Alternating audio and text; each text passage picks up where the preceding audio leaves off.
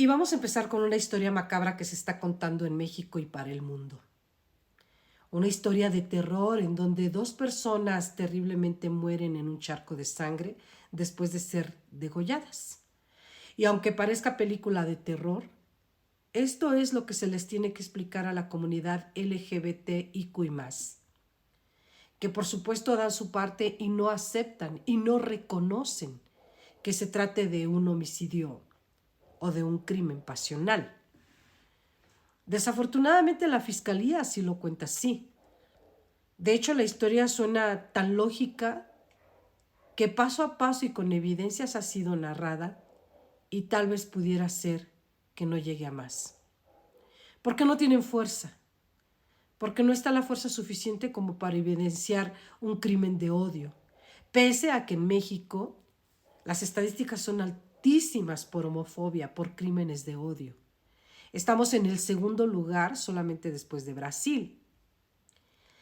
Y bueno, te tengo que platicar de esta persona que ha logrado dignamente el título de Le Magistrade.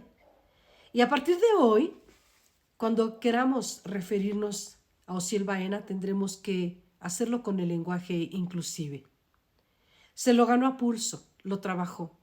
Se convirtió en la primera persona con sexo no binario en conseguir un pasaporte expedido por la Cancillería y entregado por el canciller con sexo no binario. Y además llegó a conseguir un cargo político muy alto, convirtiéndose en magistrado interino y posteriormente en le magistrade en el campo electoral en su natal Aguascalientes. Y bueno, le magistrade tenía 38 años, joven. Sostenía una relación sentimental con una persona de 37 años, Dorian Daniel Nieves. Y voy a hacer un paréntesis en este momento porque después cobrará fuerza lo que te voy a argumentar, solo por algo de credibilidad. Dorian Daniel era un abogado, fue modelo. Sus plataformas hablan mucho de su vida fitness, de sus viajes a Nueva York, a España, Argentina. Sus redes siempre activas, hablando de una persona fitness, sexy, guapo. Sin embargo, en el gremio gubernamental nunca tuvo un episodio como lo tuvo su pareja sentimental, Osiel. Pero dejemos eso a un lado porque tampoco tuvo un nombre que investigar en el campo de la abogacía. Todo parece indicar que no existió como abogado, que lo era ante los ojos de Osiel simplemente. Y dejémoslo ahí, pero lo que también tenemos que tomar en este momento fue el tipo de muerte que acechó a los dos, porque al final de cuentas los dos están muertos. La historia da inicio el 13 de noviembre del 2023 cuando la pareja llega en el aeropuerto de Aguascalientes, Osiel Baena y su pareja sentimental Dorian Daniel. Pero llegan separados, a pesar de que la propia hermana de Osiel pregonaba a toda luz que su hermano y su pareja se llevaban excelentemente bien, que compartían todo juntos, que hacían ejercicio juntos. Inclusive se habían conocido también en el modelaje, porque Osiel tenía bastante físico. Y bueno, todo juntos, mucho amor. Y justo ese día, las cámaras que registran su llegada al aeropuerto de Aguascalientes muestran una pareja distante. Evidentemente, siendo una pareja del mismo sexo, pues también tenemos que aceptar que no tendrían por qué ir agarrados de la mano. Hay un poco de homofobia en el ambiente. Pero no hubo acercamientos de ninguna naturaleza. De hecho, hubo un distanciamiento bastante marcado. Cuando llegan a recoger sus maletas, está cada quien por su cuenta. Cuando se sientan, está cada uno en su celular. Solo cuando si él va a sacar el boleto del estacionamiento, se alcanzan a acercar uno al otro. Desde ahí abordan la camioneta de Ociel y se van a Punta del Cielo, en Aguascalientes, una zona residencial bastante agradable.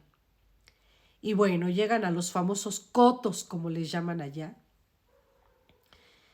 y pasan la noche, aparentemente. Las cámaras y los testigos oculares y todas las cámaras que se pudieron vigilar, instalar y lo que tú quieras, ninguna retrata, según el fiscal de Aguascalientes, ninguna, en lo absoluto, describe que haya una tercera persona. Ellos argumentan que recorrieron la azotea, ellos argumentan que recorrieron toda la finca, porque había un patio trasero bastante grande, un jardín, y no, absolutamente nadie extra en la finca donde ingresaron Ociel y Dorian. El crimen inicia justo después de que llegan. Después de la 1 de la mañana, llegan a la 1 al aeropuerto y a las 7 de la mañana son encontrados muertos, juntos, en un charco de sangre cada quien, 7 horas después de haber fallecido. ¿Cómo fallecieron?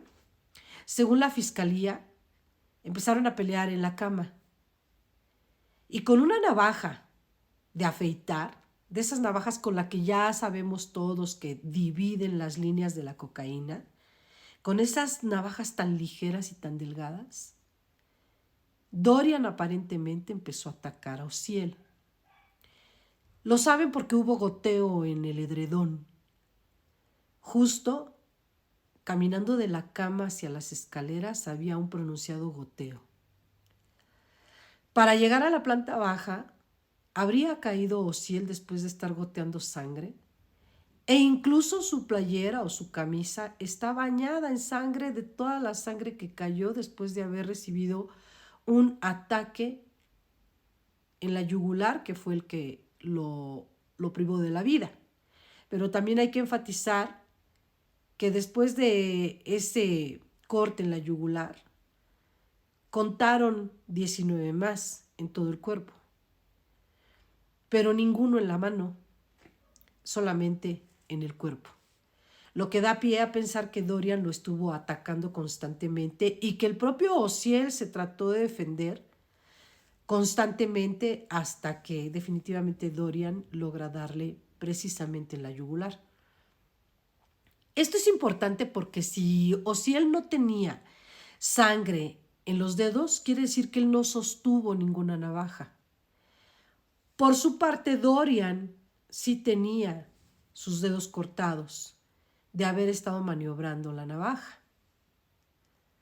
Y entonces, uno de los dos cuerpos está tendido junto a las escaleras rumbo a la salida de la propiedad, el de Ociel, que por cierto trae calcetines, a diferencia de Dorian, que no los traía. Este es un dato importante, porque resulta que las autoridades encuentran unas huellas de sangre de pisadas, es decir, unas huellas de pie, subiendo por las escaleras hacia el dormitorio. ¿Qué sucedió ahí? Que Ociel bajó las escaleras huyendo de su atacante, pero no llegó lejos, cayó muerto, ya se había desangrado.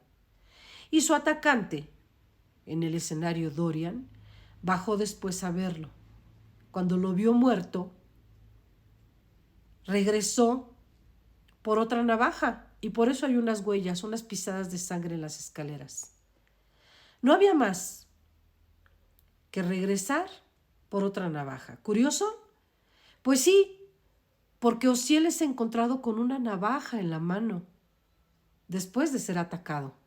Porque nuestra mecánica de los hechos es de que comienza una diferencia, o pienso yo, una discusión de ellos estando en la cama.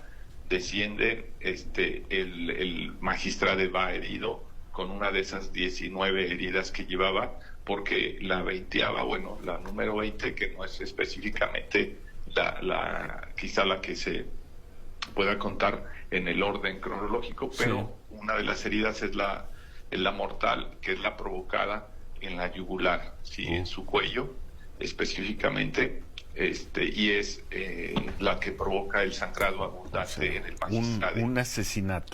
Un asesinato entre ellos. En los dedos de la mano de la pareja de Dorian están heridas precisamente de la navaja. Si vemos heridas en dos de sus dedos.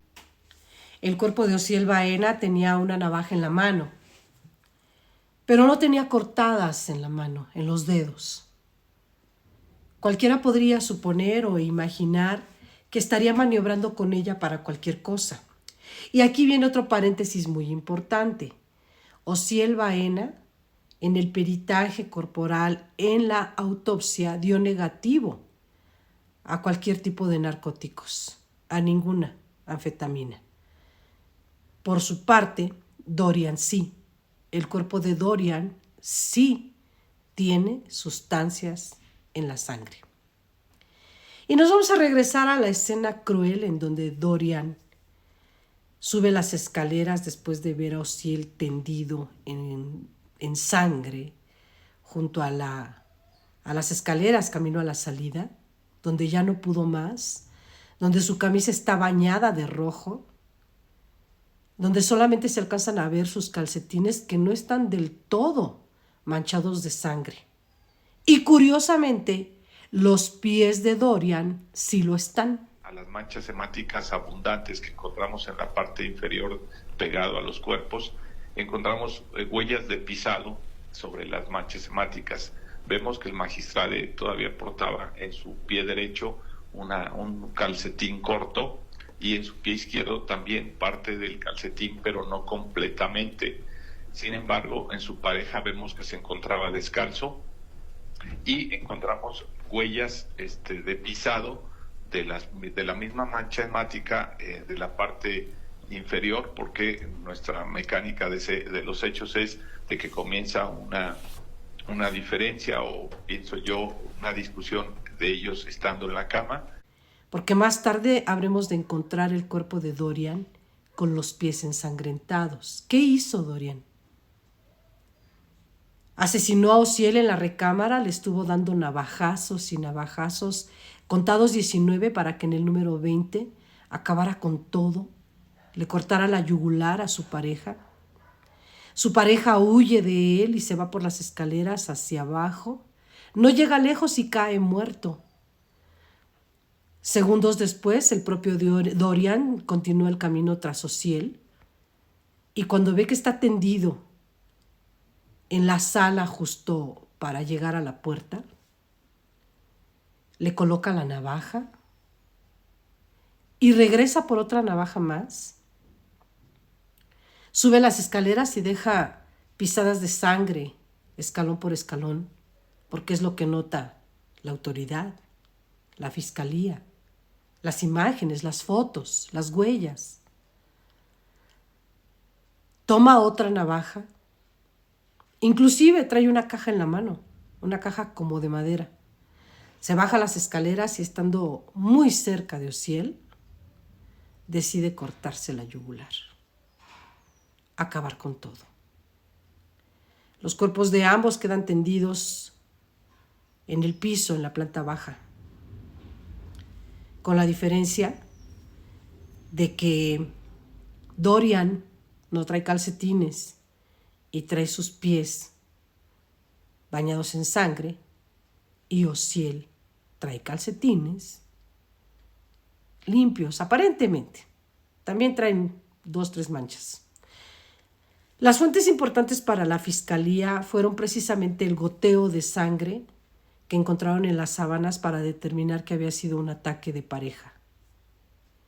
Otra de las segundas fuentes para la fiscalía fue el hecho de que las navajas son con las que se afeita un hombre, pero también son las que usan las personas que consumen metanfetamina o cocaína y hacen líneas con esas navajas. Y Dorian las consumía. Eso no es ninguna característica particular. Simplemente el simple hecho de que los calcetines de Osiel estuvieran técnicamente sin sangre Se refiere a que Dorian subió las escaleras con los pies ensangrentados y dejó sus marcas para después regresar y quitarse también en la vida. Las cosas a partir de ahí toman mucha fuerza, porque yo acabo de narrarte un crimen pasional. Sin embargo, ahora nos vamos a las amenazas. Osiel Baena había estado recibiendo amenazas de muerte en las últimas semanas, y una de ellas decía: morirás degollado. Su papá tiene ese mensaje, porque Osiel se encargó de compartírselo. Había demasiada comunicación entre la familia. ¿Quién lo amenazó? Un motivo por el que la comunidad LGBTIQ+ guarda toda la indignación. Se sabe que desde el pasado 31 de julio Osiel Baena había realizado denuncias por amenazas de muerte en su contra, y todo esto fue elemento suficiente para que la comunidad LGBTIQ+ tuviera esas teorías o esas hipótesis de que los cuerpos habrían sido sembrados y de que definitivamente no habría lugar para que su pareja Dorian Daniel Nieves hubiera atentado contra la vida de Osiel Baena, le magistrade. La historia es muy larga, es muy dolorosa, pero ante todo nos queda saber que los logros que tuvieron como pareja, como ejemplo hacia la sociedad, son suficientes para que esta comunidad se fortalezca, pero también hay que reconocer que todas estas cuestiones homofóbicas y que todo este argumento de odio pues ha crecido también desmedidamente. Podemos verlo en el Twitter, en las redes, en el X ahora. Podemos verlo en cualquier plataforma. El argumento es muy sólido por parte de la gente homofóbica relacionado con que pues el crimen pasional, el que terminan muy sensibles y cualquier cosa los hace atentar contra su vida, agregando también el consumo de las drogas, del alcohol, como una constante, una frecuente en el mundo, en la comunidad. Y bueno, pues todo esto es solamente el inicio de lo que depara en una sociedad. Tristemente, en algunos de las publicaciones y de los posts que se han mostrado, pues sí se habla de que Osiel estuvo velado en la Catedral de Aguascalientes junto a su asesino. Y de forma sátira e irónica, pues la gente escribía: ¿y quién diría que te velan junto a tu asesino? Otra más es que finalmente el certificado de defunción habla de un masculino, del sexo hombre como persona acaecida, y pues tanto luchar en una trayectoria para ser reconocido por una nueva identidad no binaria y de pronto pues simplemente en un acta de defunción le agregan el sexo masculino y cosas como esa. Un tanto también agregamos la religión y los caracteres que se pueden adjudicar a esta, dando una misa de cuerpo presente en una forma poco común, con las banderas del arco iris, y todo eso pues terriblemente criticado. Y así es como este caso concluye, y vamos a ver qué sucede después de tantas investigaciones, porque el caso está total y 100% vigente.